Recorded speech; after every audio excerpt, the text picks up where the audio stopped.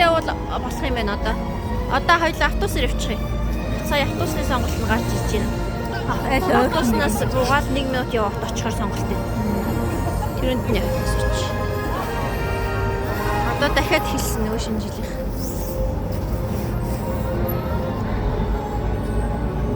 Шинсагийн duty free Мёндонгийн шинэ жилийн дэлгэцийг харж байна.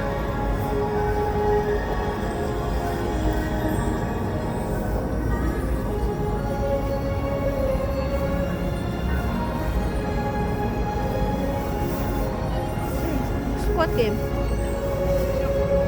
Тэрлэлийн дэлгэцэн дээр squad game болж байна. Сисэн гарч гисэн. Ирэх санаж байгаа юм л дээ. За.